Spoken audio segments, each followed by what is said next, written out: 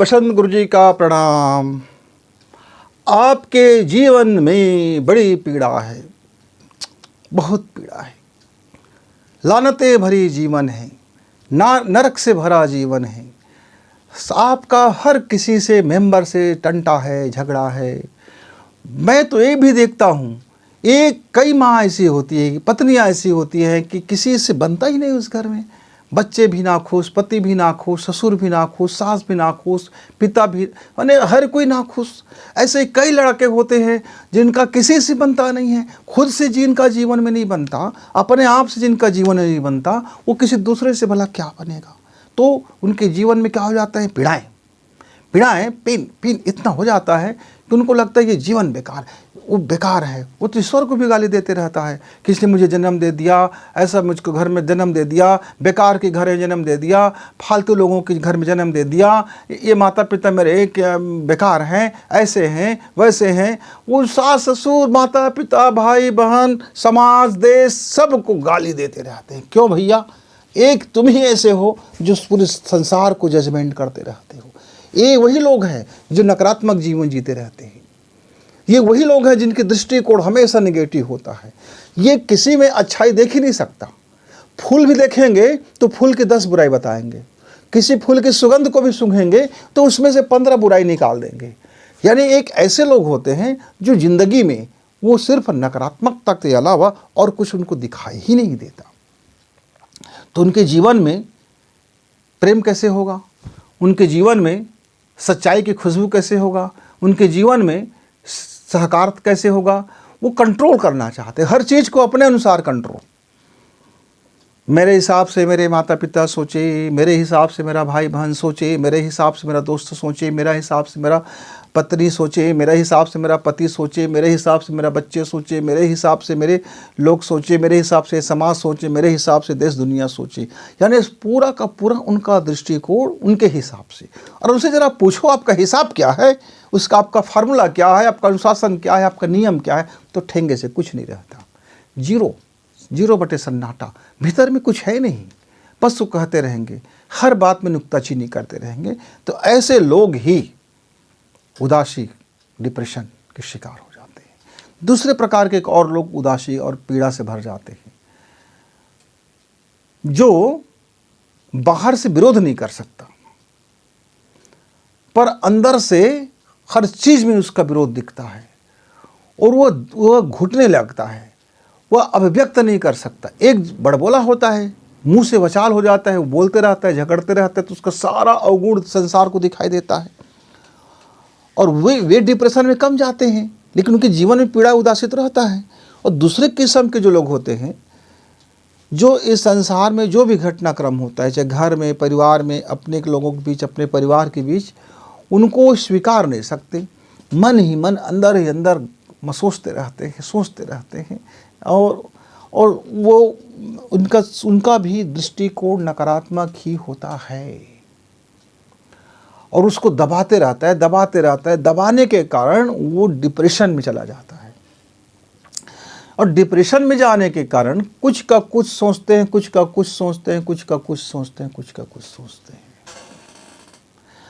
का कुछ सोचोगे भाई, रस्सी को सांप समझोगे तो रात में आपको भूत ही दिखाई देगा। आंगन का पौधा, ऐसा फूल हिलता हुआ पौधा भी आपको प्रेत दिखाई देगा, क्योंकि आपका सोच में शामिल हो जाता है। तो मित्रों, यदि आपके जीवन में उदासी है, नकारात्मक है, नेगेटिव है, आप उदासी से भर गए हो, आपकी सोच में ज़रा नकारात्मकता फैल गई है, आप डॉक्टर के पास भी नहीं जाना चाहते, क्योंकि आप अपने को बीमार नहीं समझते हो, यद्यपि आप बीमार हो। आपका मन संस्थान बीमार है, आपकी सोच बीमार है, आपका दृष्टिकोण बीमार है, आपका समझ बीमार है, आपका विवेक बीमार है। इतने सारे आपके भीतर में जो संस्थान है वो सब बीमार पड़ा हुआ है। आपकी खोपड़ी ज़रा बीमार है, आपका मस्तिष्क ज़रा, विश्लेषण मस्तिष्क ज़रा बीमार है, आपको संसार को समझने का जो ठेका दे रखा है, आपकी वो बुद्धि बीमार है, ये बुद्धि बीमार है। अब बीमार पक्ष जो देखेगा तो बीमार ही देखेगा उसको। इसलिए सबसे पहले ज़रूरी होता है कि हम अपनी ज़िंदगी को मजाक बना दें, जो जैसा है उसको जिए, हंसे, खेले, कूदे और थोड़ी सी मजाक। ज़िंदगी को आप सीरियस मत लो। पिता ने कुछ बोल दिया, सीरियस मत लो। माँ ने कुछ बोल दिया, सीरियस मत लो। पति ने कुछ बोल दिया, सीरियस मत लो। पत्नी ने कुछ बोल दिया, सीरियस मत लो। पड़ोसी लोग कुछ बोल दिए, सीरियस मत लो। मत लो ना, छोड़ दो, इग्नोर कर दो और फकड़ीपन और ऐसे जीवन को मजाक बना के जियो। जैसे आप मजाक बना के जीवन जीते हो मित्र, तो आपके भीतर में जितना भी जहर है, जितना भी टॉक्सिन है, जितना भी विषाक्त विचार भरा पड़ा है, वो धीरे धीरे बाहर आता है। क्योंकि अब आप खुश होना सीख रहे हो। क्योंकि ज़िंदगी को जब आप फन बना देते हो, फनी कर लेते हो, अपने को मजाक बना लेते हो, बेवकूफ़ बना लेते हो, उल्लू बना लेते हो, गंवार बना लेते हो, जब ये सब बना लेते हो तब जाकर के आप नादान बनते हो।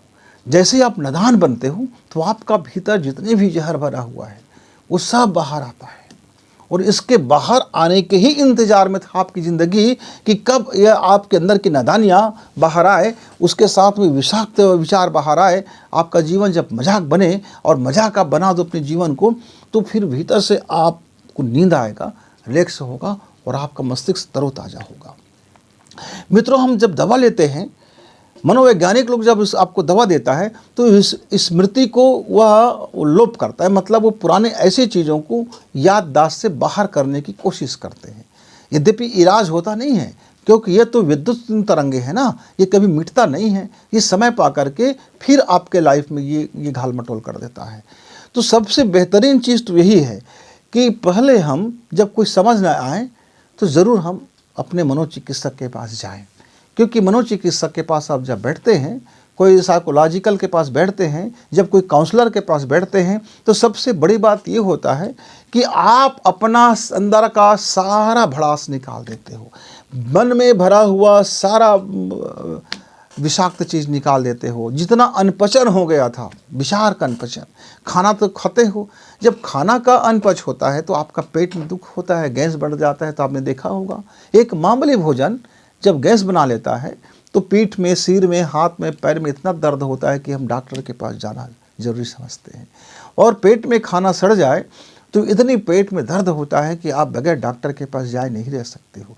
लेकिन जब विचार में कोई चीज़ सड़ने लग जाए, जब विचार में गैस बनने लगे, जब विचार जब बदहजमी हो जाए, तो आप डॉक्टर के पास नहीं जाते हो।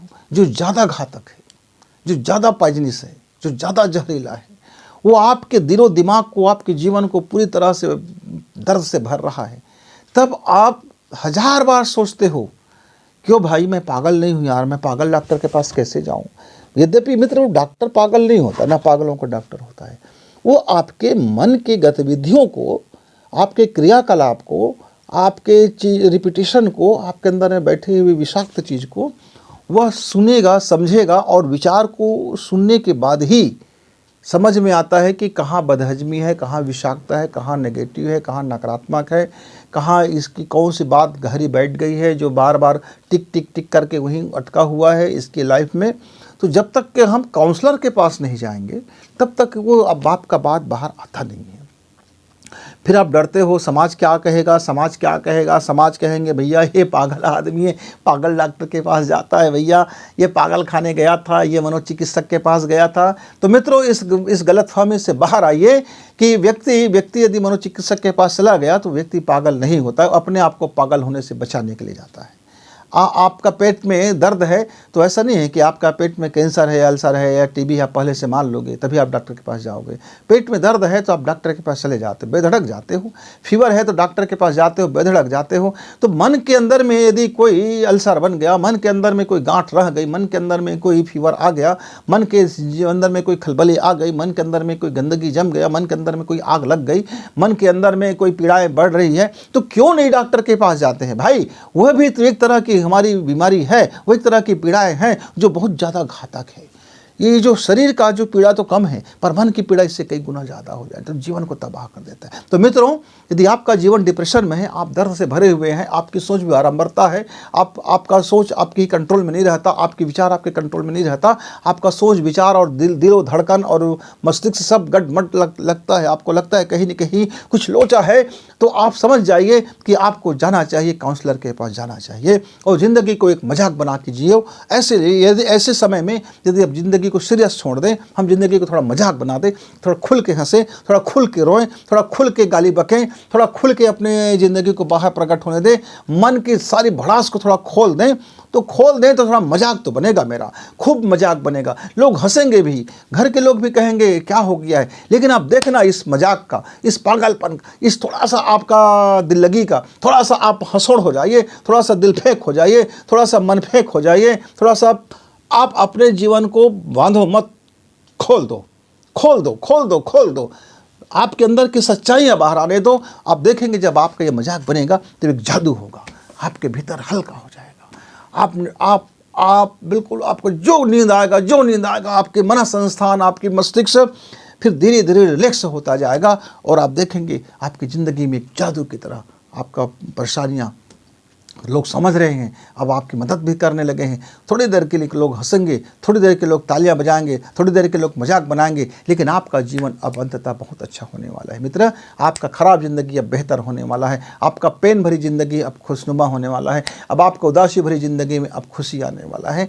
ज़रा उसके लिए बाबा सोचिए, यदि आपके जीवन में उदास है, आपके जीवन में दर्द भरा है, आपके परिवार में से कोई समस्याएँ हैं, तो ज़रूर आप विचार करें। अब देखना पहले भी तो सबसे पहले ज़्यादा ज़रूरी है कि आप मनोचिकित्सक के पास जाइए, अपने मन की बातें बताइए, काउंसलर के पास जाइए। फिर भी जाने में संकोच हो रहा है, आपको राहत नहीं मिल रहा है, तो एक बार आप अपनी ज़िंदगी को मजाक बना करके देखिए। आपके घर परिवार वालों को बता दीजिए कि मैं अपने मन की भड़ास निकाल रहा हूँ, ज़रा मेरी मदद करें, मेरे मन की में भरा हुआ जो जहर है मैं उसको निकाल रहा हूँ, ज़रा मेरी मदद करें, मेरे जीवन में बहुत पीड़ाएँ हो गया है, ज़रा मेरी मदद करें। आप मदद मांग लीजिए, परिवारों से मांग लीजिए और अपने जीवन को थोड़ा मजाक बना दीजिए। कहेंगे गुरुजी आप क्या कभी ऐसे सफल होता है? निश्चित तौर से मित्रों, हम भी एक ज़माने में बहुत पीड़ा के दौर से गुजरे हुए थे, बहुत डिप्रेशन के दौर से गुजर रहे थे। तब हमने अपनी ज़िंदगी को मजाक बना दिया और देखते देखते हमारी ज़िंदगी पटरी में आ गया और मेरे अंदर का जितना टॉक्सिन था, विषाक्त जो विचार था, विषाक्त जीवन जो था, जो सोच और दृष्टिकोण में थोड़ी सी पॉइजनस हो गया था, धोया और सफाई हो गया। आप भी बेहतर हो सकते हो। ईश्वर ने आपको सिंगल पीस बनाया है। बस इतना याद रखो कि आपके साथ इस पूरी दुनिया को भी जीने का अधिकार है, आपके साथ पूरी दुनिया को भी हंसने का अधिकार है, आपके साथ पूरी दुनिया को प्रेम करने का अधिकार है। आपको जितना अधिकार ईश्वर ने दिया है उतना अधिकार इस जीव जगत के प्रत्येक प्राणी और वनस्पति को मिला हुआ है। उसके साथ अतिक्रमण न करें। जब तक आप अपनी डिप्रेशन और दर्द को समझें तब तक गुरु